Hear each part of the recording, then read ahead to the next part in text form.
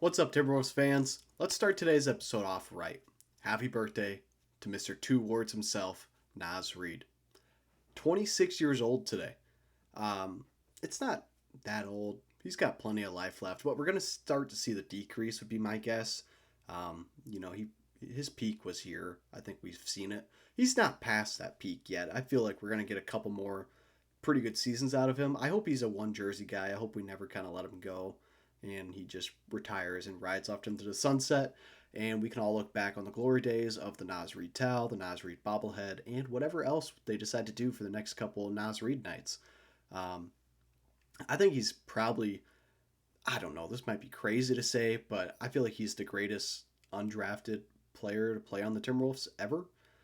We're not a team with a lot of history, but dude, he's pretty good for an undrafted guy. He's up there with like just in total undrafted. I put him up there with like Fred VanVleet in recent history, like one of the other greatest undrafted guys. Absolutely, it's a no-brainer to me to put him up there.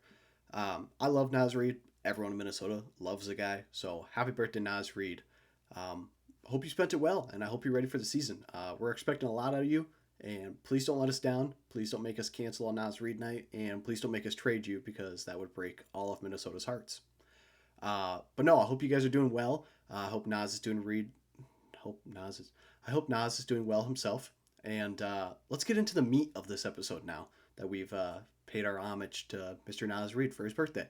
I was reading the comments back on one of my last videos talking about a trade that I think should definitely happen with the Lakers, and the person left a comment saying that we shouldn't trade Rudy and Dante for Reeves and whatever else they wanted to give us, because Reeves isn't a winning player. Reeves is a very good player with a lot of drive. I think he would fit in naturally in the system, but I understand that. And this guy was saying we should trade for a point guard and a center, such as Darius Garland. I'm not sure if you guys are familiar with the NBA cap, but it does exist as much as people say the cap is a myth. There's always a third team or fourth team who wants to get in on a trade if you have to make some moving pieces move. But the Cavs and the Wolves aren't teams that would want to make those moves, and the Cavs certainly wouldn't want to give up their starting point guard to the Timberwolves. Um, if we wanted Darius Garland, we could have got him in the 2019 draft when we instead took Jared Culver.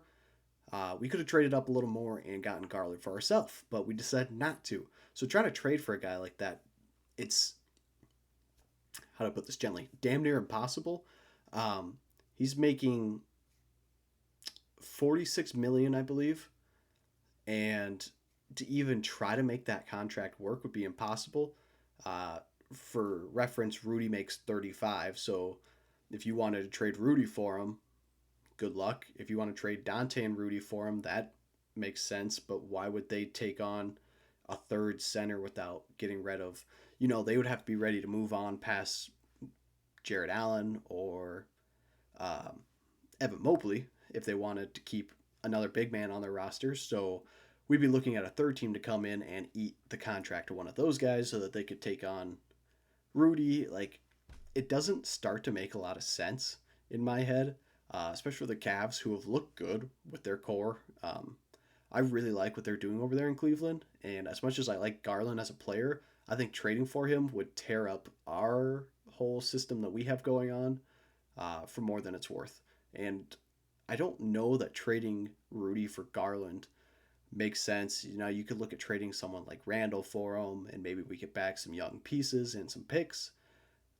Again, don't know that that's even possible. You guys can tell me what you think. If you've got a trade that makes the money make sense, let me see it. But I tried doing it before recording this episode, and I couldn't make heads and tails of how to make the cap work out in our favor and also get what we wanted out of it in Garland. Like, Garland's making a lot of money. We can't like have a guy who's making that much money with Ant also making that, like, you start not to be able to have anyone outside of G Leaguers on your team at that point. So I think trading for one person who's making more than Rudy and Ant, honestly, I think that's tough on the team and not somewhere that Tim Conley would want to take the team. We're already in like a tax hell. So why add more to the fire, if that makes sense? Um, that being said, I did work out another trade. It's one we kind of looked at in the past, but I think this one would make a lot of sense for the Timberwolves. If we were to, wake up and be like, you know what, this Rudy thing isn't working out. Um, let's get ahead of it before we are on the tail end of his career and we can't get anything more than 3 seconds out of him. 3 second round picks, not 3 seconds. We know he's good for 3 seconds. He's always in the paint.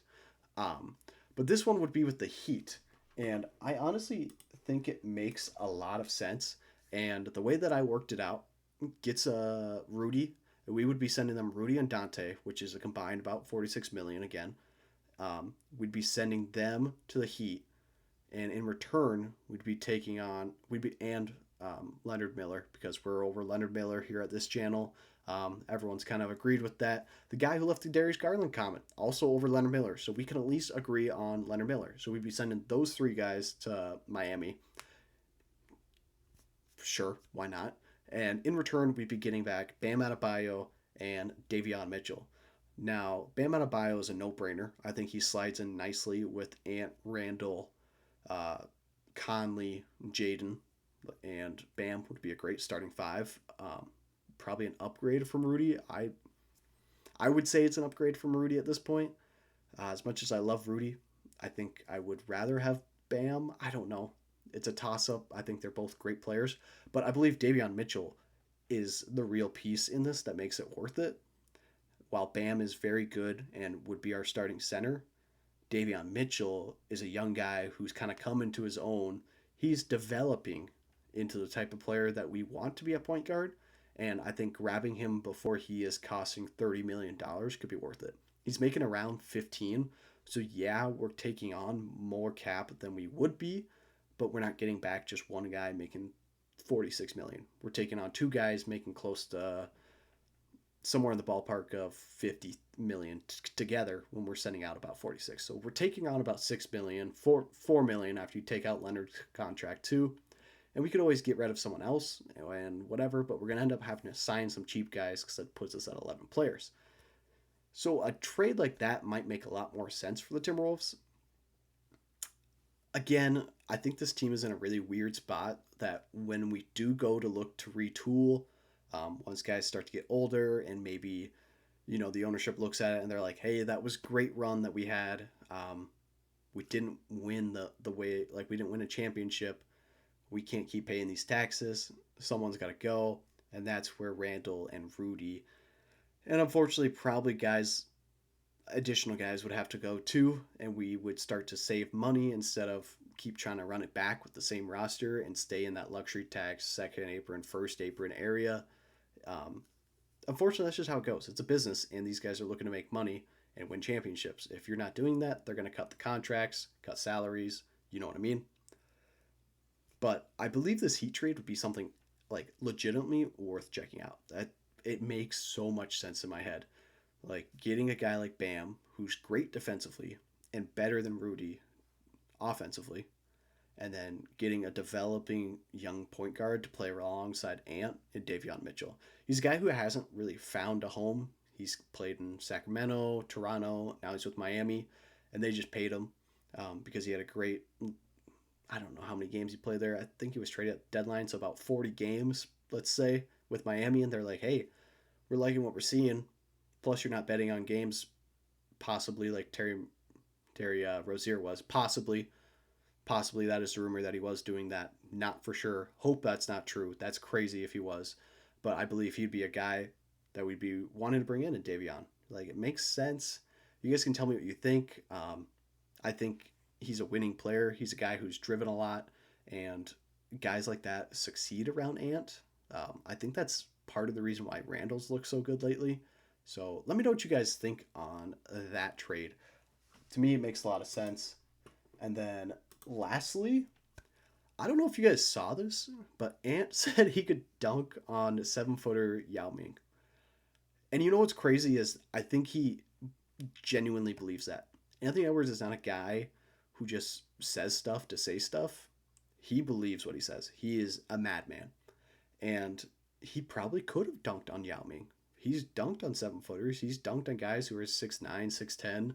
Um, and I believe it probably would have happened. Yao was obviously a Hall of Famer, great player, but I think Anthony Edwards would have got him at some point. I think Ant would have kept trying until he got him. To be 100% honest, like he's a guy who will go at anyone under the rim. Um, that's what he does. So I think he genuinely believed that and genuinely would have done it given the opportunity. And unfortunately, I think Yao would have just been a victim. There's nothing he could have done about it. Whether Ant actually made the basket or not, who knows? Someone should definitely do that in 2K.